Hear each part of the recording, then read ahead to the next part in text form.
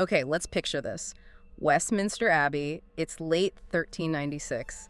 Imagine those huge, cold stone halls. Yeah, you can almost feel the chill, servants rushing about, breath misting in the air, big preparations underway. For a royal wedding, right. But when the doors open, well, it's not what you'd expect. No, not at all. Yeah. You've got King Richard II, 29 years old, looks every bit the king. Regal. And next to him, the bride. She's tiny, a child. Her hand just vanishes inside his glove. She's Isabella Valois, Princess of France, and she's maybe 7 years old, about to be Queen of England. It's quite a scene. So this deep dive is all about her, Isabella Valois, a queen many people have forgotten, thrust right into the middle of medieval politics. Really treacherous stuff. Absolutely. Our mission today is to explore her life, this diplomatic pawn who somehow showed incredible resilience, real agency against the odds. Yeah, what can her story tell us about power, about survival? Exactly. So, okay, let's unpack this. Well, first off, that image, the child bride, it's shocking to us now, isn't it?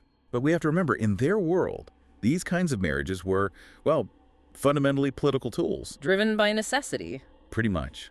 Life was short, uncertain, plague, war. Stability was everything. And dynastic marriages created bonds. So Isabella's marriage wasn't just unusual, it was seen as strategic. Oh, highly strategic. A masterpiece of diplomacy, some called it. She was quite literally a human chess piece. Moved to achieve what? The biggest prize.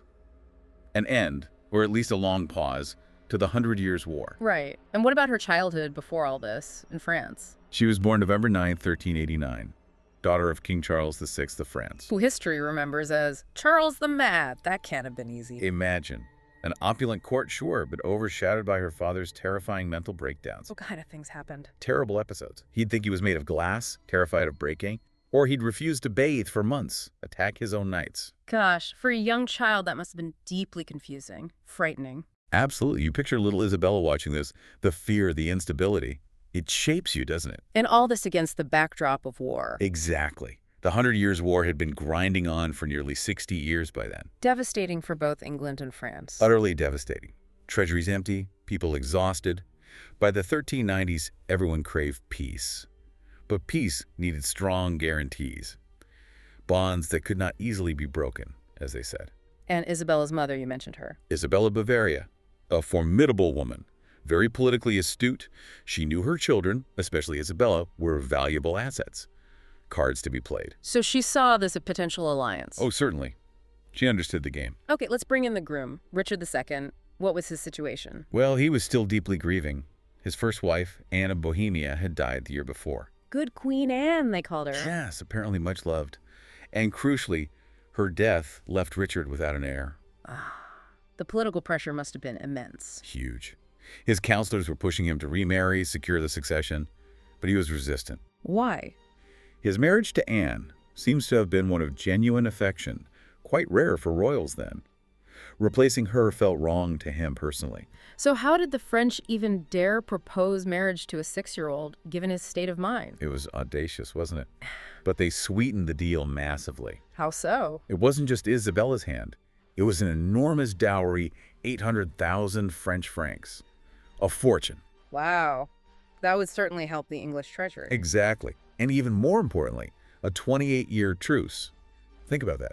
A whole generation growing up without war. That's a powerful incentive. But still, her age, 6 years old. The French diplomats were clever. They actually spun her youth as a positive, as a symbol of a fresh start, unspoiled by past conflicts. She'd be raised in England, become English in her ways, a living bridge between the kingdoms. Did Richard buy into that? Or was it just duty? Duty was paramount, no doubt. But there's this interesting detail. Court observers said when he saw that miniature portrait of Isabella, his expression softened. Yeah. Some whispered maybe the childless king saw more than just an alliance. Maybe a chance to be a father figure. That adds a whole different dimension, doesn't it? A bit of humanity in the politics. It does. And interestingly, the treaty itself had specific protections for Isabella. Like what? Crucially, it explicitly stated the marriage would not be consummated until she reached physical maturity, usually around 12 or 14 then. Okay, that's significant. Very. She was also allowed to keep her French servants, her customs, some continuity. But it still begs the question, how much real choice, how much agency could a child have in all this, even with those protections? Vanishingly little, you'd imagine. Her role was symbolic. And the wedding ceremonies really emphasized that. There were two. Yes. First, a smaller, more intimate one in Calais, which England controlled, October 31st, 1396. Isabella was just 7. How did Richard treat her? Reports say he was very gentle. Knelt down to her level for the vows, lifted her chin when she seemed scared. And the second one? That was the big one. Her coronation as queen in Westminster Abbey a year later. Huge spectacle. Massive crowds in London. Trying to catch a glimpse of the child queen. Exactly. Apparently, several people were actually crushed to death in the crowds. She was this living symbol of peace, this object of intense public fascination. So she arrives at Westminster Palace. What were those first few years like for her as queen? Well, she had her own household, a mix of French and English staff.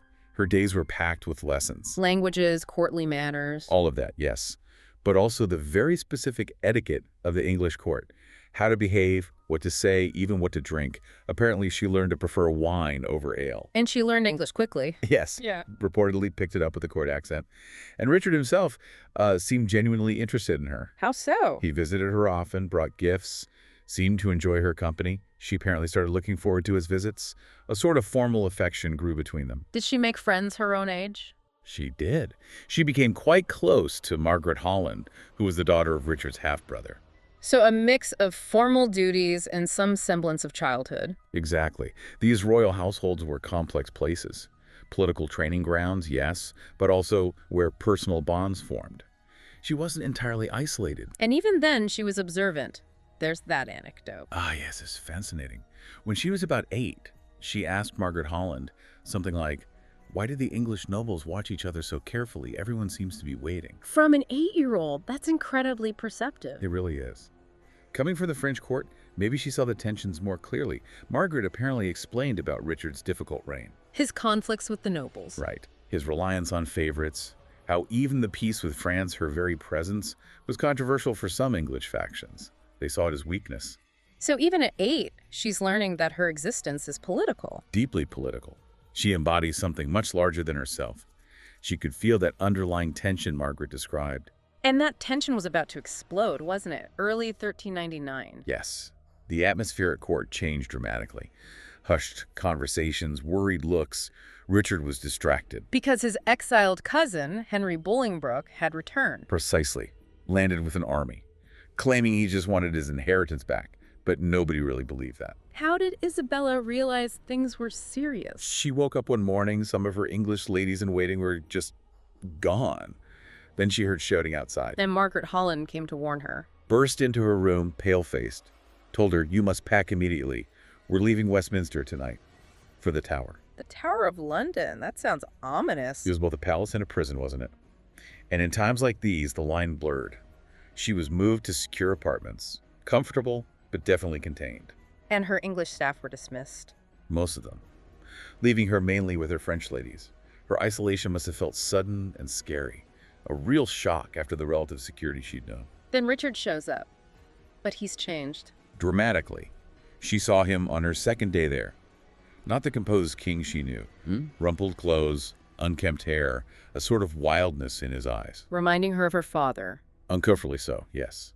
And he spoke to her not as a child, but almost as an equal, a political player. And that's when she asks him that incredible question. She's 9 years old. And she looks him in the eye and asks, "Are you still king?" Just cuts right through everything. Astonishing clarity. It really is. She understood the core issue. Her entire position depended on his. And his answer confirmed the worst. His bitter reply made it clear. Henry Bolingbroke had won. Richard was being forced to abdicate, to give up the throne. So Isabella understood instantly. She understood her value was tied to the crown, not necessarily to her as a person. That her role as a symbol, a diplomatic piece, was primary. A brutal lesson in power politics. Then she has to meet the new king, Henry IV. Yes, a formal, tense meeting. He addressed her by her royal title, Queen, but quickly pivoted to her future. What was to be done with her? She had her French lady-in-waiting, Madame Ducy. Yes, thankfully. Madame Ducy advised her to maintain her dignity, told her, "Remember, you are still Queen of England in the eyes of the law. You have value, and where there is value, there is hope." Wise counsel. But then came the news about Richard. Devastating news. Word filtered through that Richard had died in captivity at Pontefract Castle. Probably murdered or starved. How did Isabella react? They weren't husband and wife in the usual sense. No, of course not. She was a child. Yeah. But he had been kind to her, protected her in his way. He was the main figure in her English life. So it was a real loss. A personal loss, certainly. But also, politically, it severed her main connection to her English status and raised huge questions about her own safety and future. So Henry IV has the throne. What does he do with the 10-year-old widow of the king he deposed? He presents her with an ultimatum.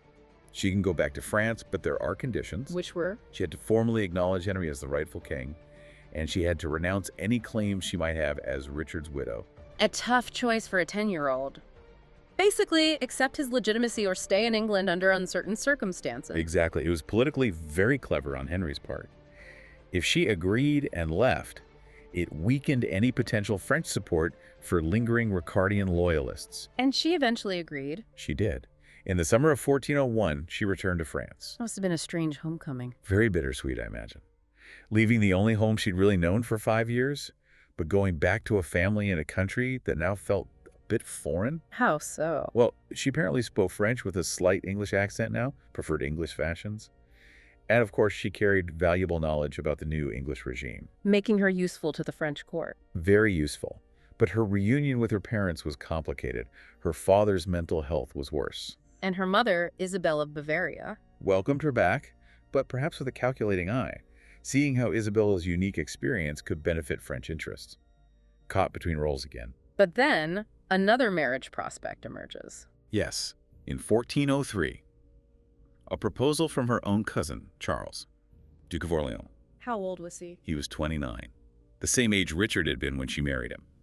But Isabella is now nearly 14, much closer to marriageable age by their standards. Why was this match considered suitable? Well, it kept her high status within the French royal family.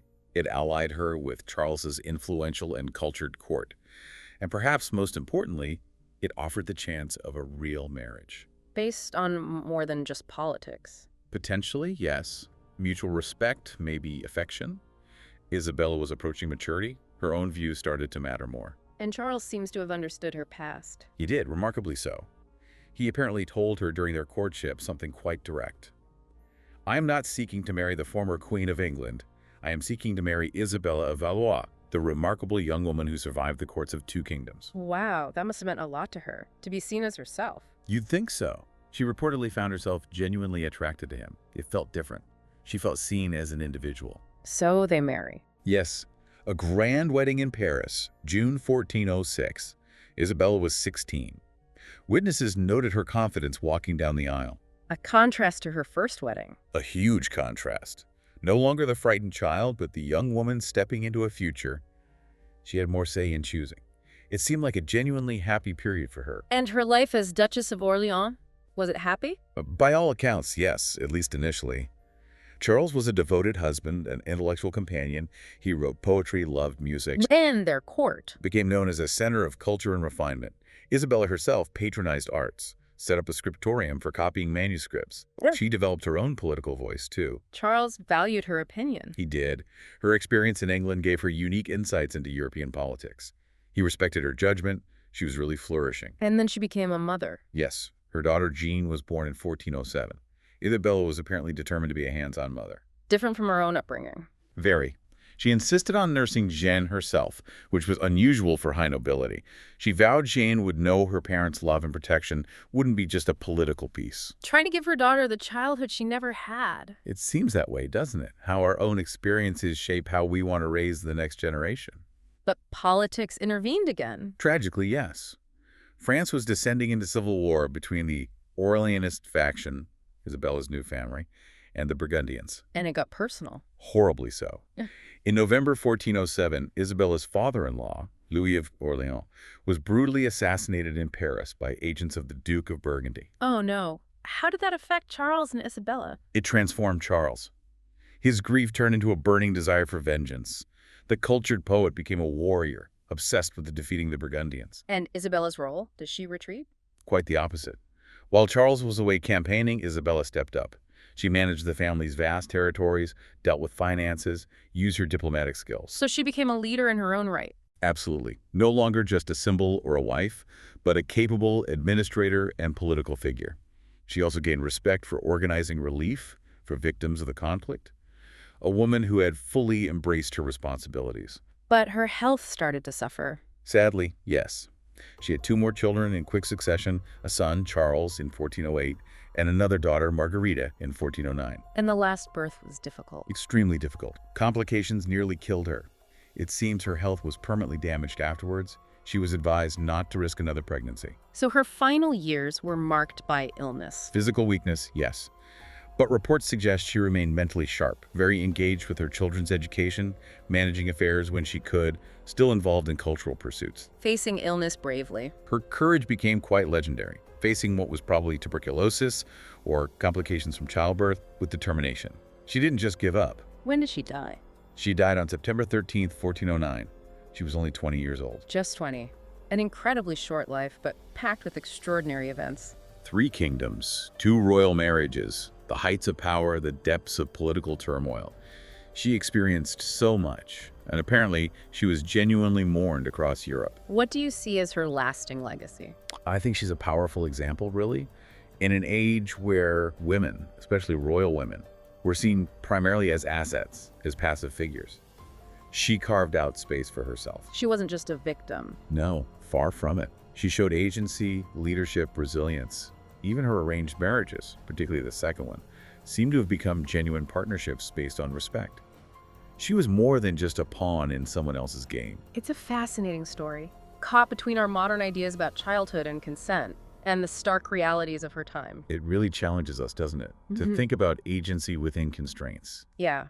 Her life reminds us that we're all shaped by our times, by the limits placed upon us. But also that individuals can find ways to act, to show kindness, to lead, to create meaning, even within those limits. Her ability to navigate such extreme circumstances, to grow into the leader she became, it really speaks to human resilience, doesn't it? That capacity for moral courage, even when everything seems stacked against you, something to think about.